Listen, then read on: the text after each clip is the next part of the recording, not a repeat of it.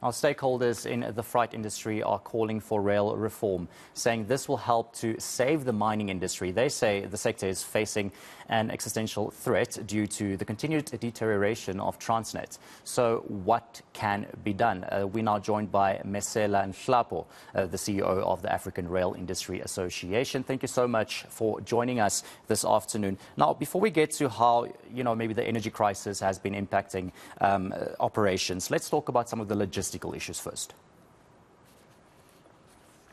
Good day to you and your viewers.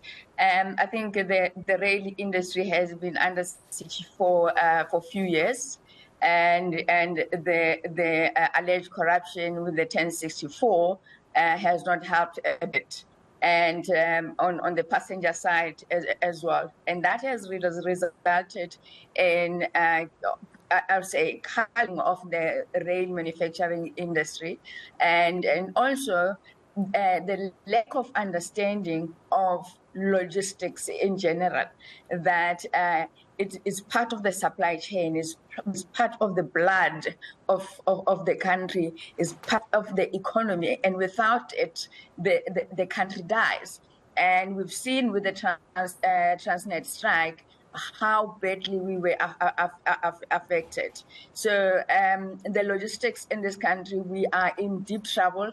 And I think as a country, considering all that we are facing, whether it's energy, whether it's logistics, whether it's gender-based violence, we have serious issues, and we need to take decisive action as soon as possible. Now, over the past year, mining production has slumped by 9% year on year, and the mining industry lost an estimated 50 billion rand in exports.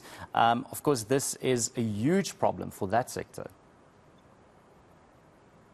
It's not a huge problem for the sector, it's a huge problem for the country. When we export, we create jobs, upstream, downstream, opportunities, entrepreneurs, transformation takes place.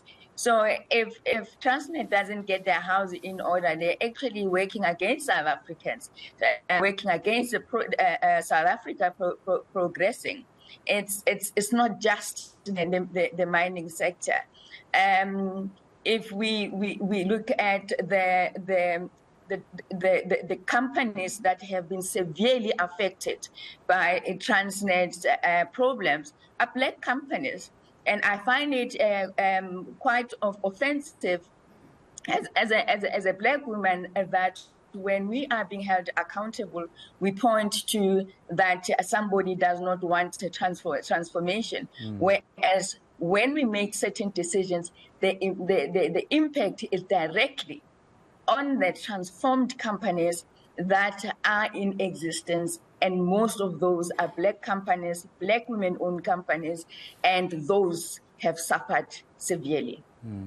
Of course, the CEO of Transnet, now that you do mention, black women especially, she's also been coming under a lot of, heat recently with some of the decisions that she wants to make. What do you have to say about that? It's unfortunate that when the executives at different state-owned institutions, when they make decisions, it's not decisions in their personal capacity, it's not their money in their personal capacity, it's the taxpayers' money, it's the countries that they are committing.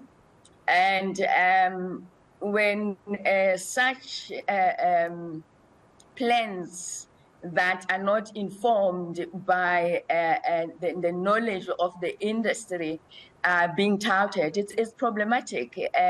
We are in serious trouble. Now Transnet admits that they're in financial problem. But we told the South Africans when Transnet declared a 5 billion loss, and we said that is not a 5 billion profit. We told them that is not profit. It's a reevaluation, so it's moving money around. So if the management, the senior management, have taken many decisions that have led us to where we are today, can we trust them with any decisions that they're making today and going forward? it's simply a question. Based on the history of the decisions that they have made, can South Africans trust them that the decisions that they want to take now on behalf of South Africa are good for South Africa? What we are calling for as the African Rail Industry Association is the acceleration. One is the acceleration of the regulation transport bill through Parliament. Two, the interim regulator should oversee the next phase of slot sale in line with policy. Three, the process of vertical separation of the infrastructure and operation at Transnet is critical. The PSP framework, that will be number 4, for investment in Transnet track infrastructure, needs to be fast-tracked as covered by the policy. The implementation of government policy, whether it's rail reform or energy reform, should become an important KPI for senior management at state-owned entities. We all know that there's a shareholder compact. We don't know what the shareholder compact looks like. You can't hold the government accountable immediately. It's only after the fact. And I think that transparency is required in order for us as a country to thrive and take advantage of our mineral resources and grow the economy and stabilize the economy.